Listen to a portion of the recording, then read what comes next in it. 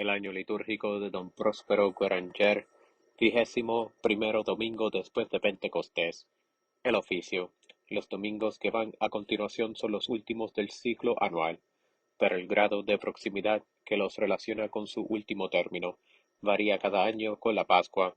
Esta variación imposibilita la coincidencia exacta entre la composición de sus misas y las lecturas del oficio nocturno, que se hacen de un modo fijo desde agosto de la manera que hemos dicho. La instrucción que los fieles deben sacar de la Sagrada Liturgia sería incompleta ni verían tampoco la solicitud de la Iglesia en estas últimas semanas tan claramente como conviene para dejarse dominar de ella por entero, si pasan para ellos inadvertidas las lecturas que se hacen en los meses de octubre y noviembre. En el primero se leen los Macabeos, que nos animan a los últimos combates, y en el segundo se leen los profetas, que anuncian los juicios de Dios. Misa. Lucha contra el diablo. Durando de Mende, en su racional se esfuerza por probar que este domingo y los que le siguen dependen siempre del Evangelio de las bodas divinas y no son más que su explicación. Y porque estas bodas, dice para hoy, no tienen mayor enemigo que la envidia de Satanás contra el hombre. La Iglesia trata en este domingo de la guerra contra Satanás y de la armadura de que nos debemos revestir para defendernos en ella, según se verá en la epístola. Y, como el sicilio y la ceniza son las armas de la penitencia, la Iglesia en el introito saca a relucir la voz de Mardoqueo que rogaba a Dios, cubierto del sicilio y la ceniza. Miseria del género humano.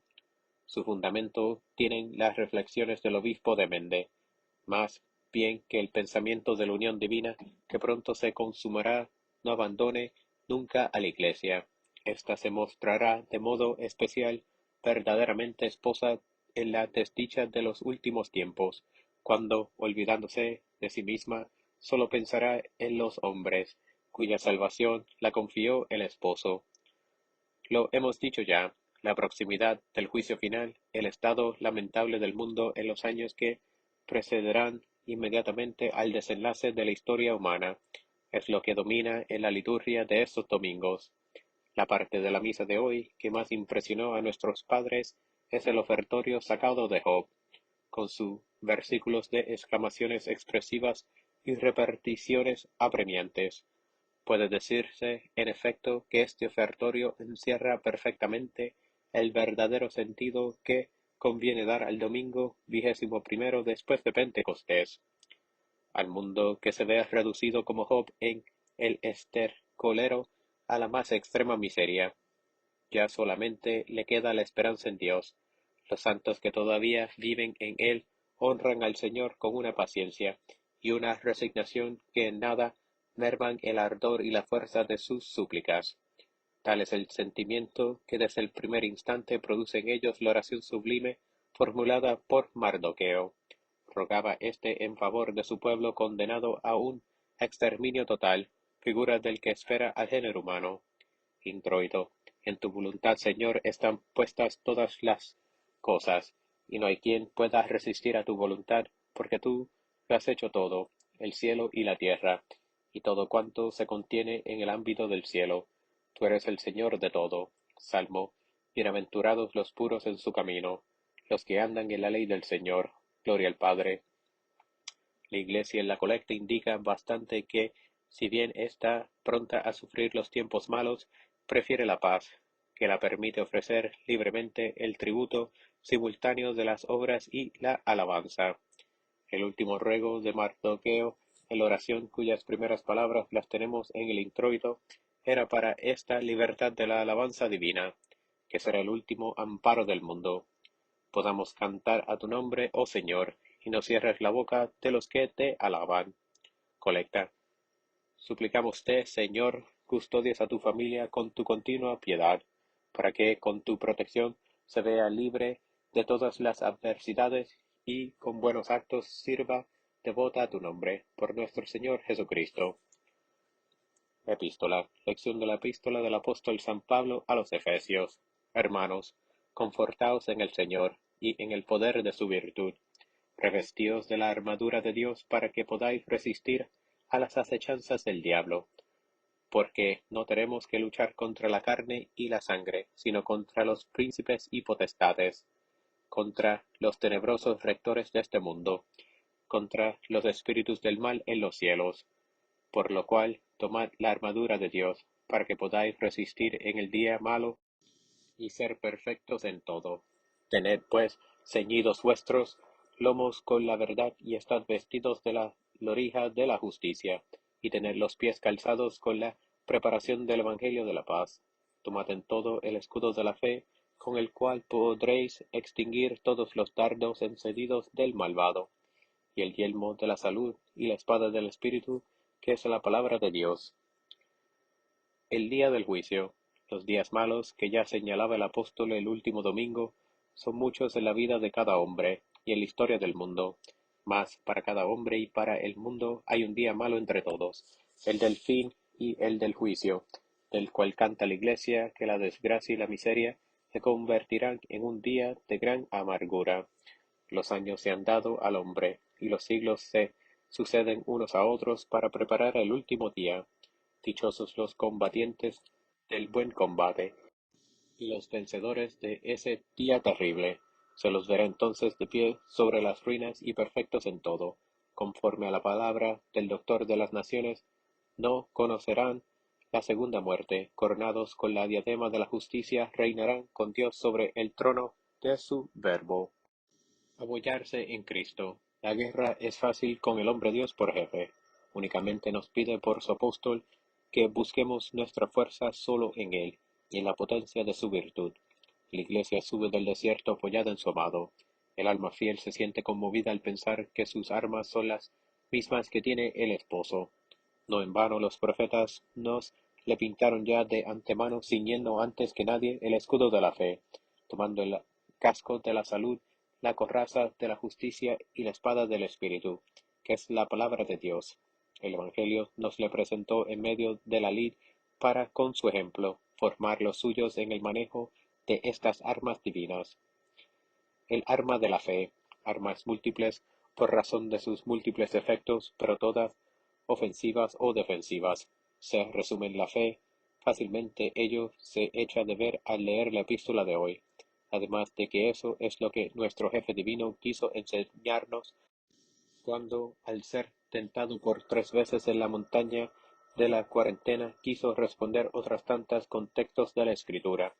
La victoria que triunfa del mundo es la de nuestra fe, dice San Juan, y en el combate de la fe resume el apóstol al fin de su carrera sus propias luchas y las de toda vida cristiana. A pesar de las condiciones nada favorables que señala el apóstol, es la fe la que asegura el triunfo a los hombres de buena voluntad. Si en la lucha emprendida tuviésemos que juzgar de las esperanzas del éxito de las partes adversas, comparando sus fuerzas respectivas, es seguro que las conjeturas nos serían desfavorables, porque no tenemos que hacer frente a hombres de carne y sangre, sino enemigos impapables que llenan el aire y son, por tanto, invisibles, inteligentes y fuertes, que conocen a maravilla los tristes secretos de nuestra pobre naturaleza caída y dirigen todo su valer contra el hombre para engañarle y perderle, por el odio que tienen a Dios. En su origen fueron creados para reflejar en la pureza de una naturaleza completamente espiritual, el resplandor divino de su autor. Ahora por su orgullo son y manifiestan ser una monstruosidad de puras inteligencias consagradas al mal y a odiar la luz. Convertirse en luz. Nosotros que ya por nuestra naturaleza solo somos tinieblas. ¿Cómo pues lucharemos con estas potencias espirituales que ponen toda su ciencia al servicio de la oscuridad? San Juan Crisóstomo lo dice, convirtiéndose en luz. Es cierto que la faz del Padre no puede lucir directamente sobre nosotros antes del gran día de la revelación de los hijos de Dios, pero ya desde ahora tenemos la palabra revelada, que suple nuestra ceguera. El bautismo abrió el oído en nosotros, pero no abrió todavía los ojos. Dios habla por la Escritura y por su Iglesia, y la fe nos da una certeza tan grande como si ya viésemos. Con su docilidad de niño, el justo camina en paz por la sencillez del Evangelio. La fe le guarda contra los peligros mejor que el escudo, y mejor que el casco y la coraza. La fe amortigua los dardos de las pasiones e inutiliza los engaños enemigos. Con ella no se necesitan razonamientos sutiles ni largas consideraciones para descubrir los sofismas del infierno o tomar una decisión en un sentido u otro. No bastará en cualquier circunstancia la palabra de Dios, que nunca se equivoca. Satanás teme al que con ella se contenta. Tema más a un hombre así que a las academias y escuelas de los filósofos. Está acostumbrado a sentirse triturar en todo choque debajo de sus pies. El día del gran combate fue arrojado de los cielos con una sola palabra de San Miguel Arcángel, convertido en estos días en modelo y defensor nuestro. En el gradual y versículo recuerda a la Iglesia al Señor, que nunca cesó de ser el refugio de su pueblo. Su bondad y su poder precedieron a todos los siglos, porque Dios existe desde la eternidad. Defiende pues ahora a los suyos que se ven obligados en su pequeño número a preparar, como en otro tiempo, Israel, el éxodo final de la Iglesia, la cual abandona este mundo nuevamente infiel para ir a la verdadera tierra prometida. Gradual, Señor, tú has sido nuestro refugio de generación en generación. Antes que se hiciesen los montes o se formase la tierra y el orbe, desde siempre y para siempre tú eres Dios. Aleluya, aleluya.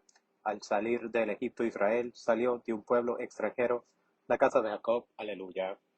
Evangelio, continuación del Santo Evangelio según San Mateo. En aquel tiempo dijo Jesús a sus discípulos esta parábola.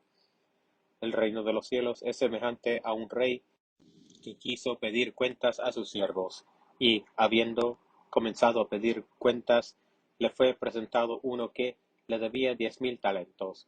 Mas, como no tuviese con qué pagarlos, su señor mandó venderle a él, y a su mujer y a sus hijos, y todo cuanto tenía, para que pagase.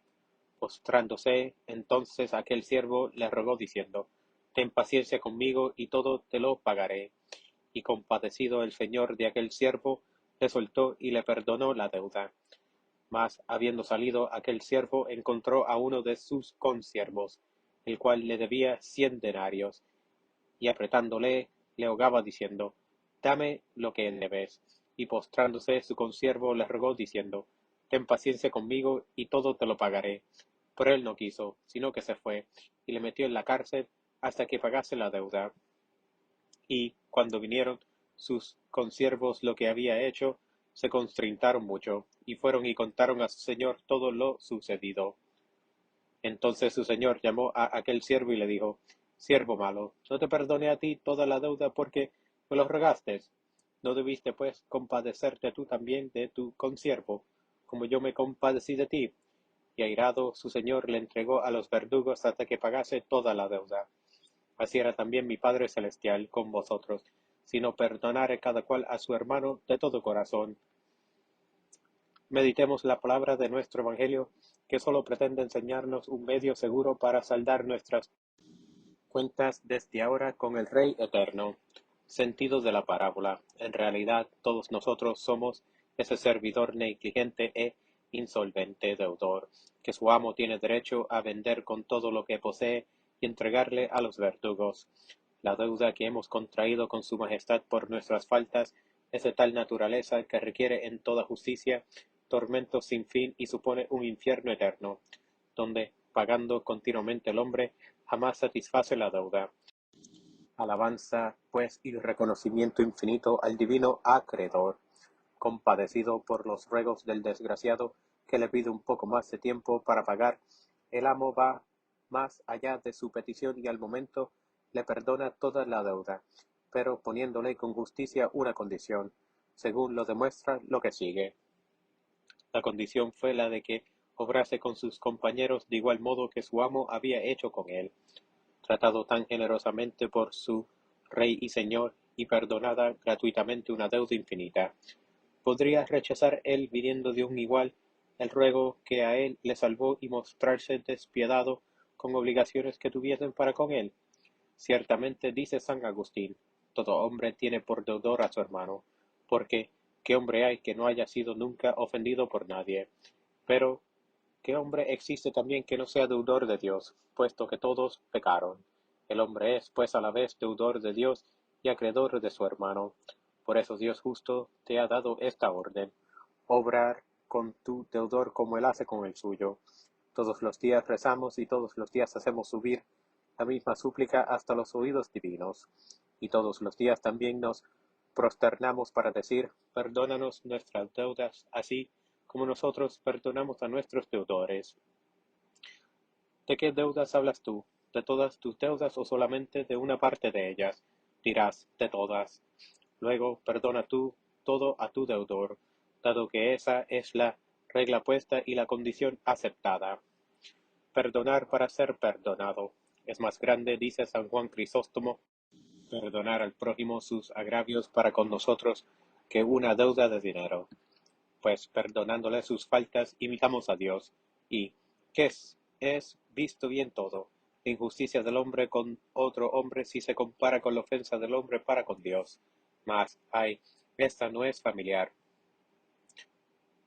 El justo lo experimenta 7 veces al día, más o menos, pues llena nuestro diario vivir. Muévanos siquiera a ser misericordiosos con los demás, la seguridad de ser perdonados todas las tardes, con la sola condición de retractar nuestras miserias. Es costumbre laudable la de no acostarse si no es para quedarse dormido en los brazos de Dios, como el niño de un día, pero si sentimos la necesidad santa de no encontrar al fin del día en el corazón del Padre que está en los cielos, más que el olvido de nuestras faltas y un amor infinito.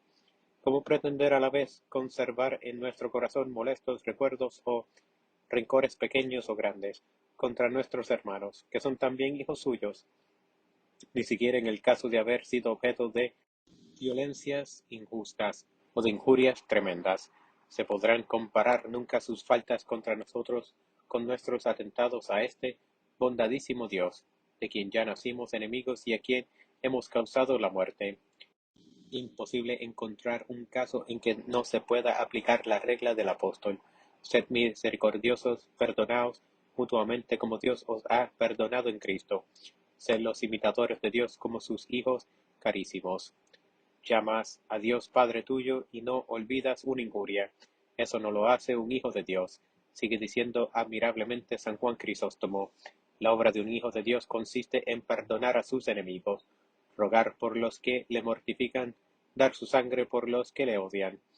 Y aquí lo que es digno de un hijo de Dios: hacer hermanos suyos y sus coheredores a los enemigos, a los ingratos, a los ladrones, a los desvergonzados, a los traidores. Ponemos aquí íntegramente el célebre ofertorio de Job con sus versículos. Lo que hemos dicho al principio de este domingo ayudará a entenderlo. La antífona, lo único que hoy se conserva, nos pone delante, dice Amalario, las palabras del historiador que cuenta sencillamente los hechos. Por eso su estilo es el narrativo. Job, al contrario, entra en escena en los versículos, con el cuerpo agotado y el alma llena de amargura. Sus repeticiones, interrupciones, nuevos comienzos, sus frases sin terminar, expresan al vivo su respiración jadeante y su dolor. Ofertorio. Había en la tierra de Uz un hombre llamado Job. Era sencillo y recto, y temeroso de Dios, al cual pidió Satanás para tentarle. Y le fue dado por el Señor poder sobre sus bienes y sobre su carne, y destruyó toda su riqueza y los hijos, e hirió también su carne con graves úlceras. Ojalá Dios pesase mis pecados, ojalá Dios pesase mis pecados, por los que he merecido la cólera, por los que he merecido la cólera, y los males que sufro, estos parecerían más grandes. Había en la tierra de Uz. Porque, ¿qué fuerza tengo, qué fuerza tengo, qué fuerza tengo para sobrellevarlos? ¿O cuándo llegará mi fin, para obrar con paciencia? Había en la tierra de Uz. ¿Acaso mi resistencia es como la de las rocas, o mi carne es de bronce, o mi carne es de bronce? Había en la tierra de Uz. Por qué mi ojo no volverá ya a encontrarse en condiciones de ver la felicidad, de ver la felicidad, de ver la felicidad, de ver la felicidad, de ver la felicidad, de ver la felicidad, de ver la felicidad, de ver la felicidad, de ver la felicidad. Había en la tierra de Huz. La salvación del mundo, como la del hombre, está siempre en potencia en el augusto sacrificio cuya virtud cure la tierra y aplaque en el cielo. Ofrezcámosle, sin desenlantarnos nunca, como un recurso supremo a la misericordia divina. Secreta, recibe, Señor propicio, estas hostias, con las que has querido aplacarte y restituirnos a nosotros la salud con poderosa piedad, por nuestro Señor Jesucristo. En el fondo del alma de la Santa Madre Iglesia corren parejas una esperanza indefectible y su admirable paciencia, por más que se repitan contra ella las persecuciones. Su oración no desmaya porque guarda fielmente en su corazón el recuerdo de la palabra de salvación que la dio el Señor. La antífona de la comunión nos lo recuerda. Comunión, desfallece mi alma por recibir de ti la salvación. Espero en tu palabra. ¿Cuándo juzgarás a los que me persiguen, los inicuos que me han perseguido? Socórreme, Señor Dios mío. En posesión ya del alimento de inmortalidad, consigamos vivir con la sinceridad de un alma purificada.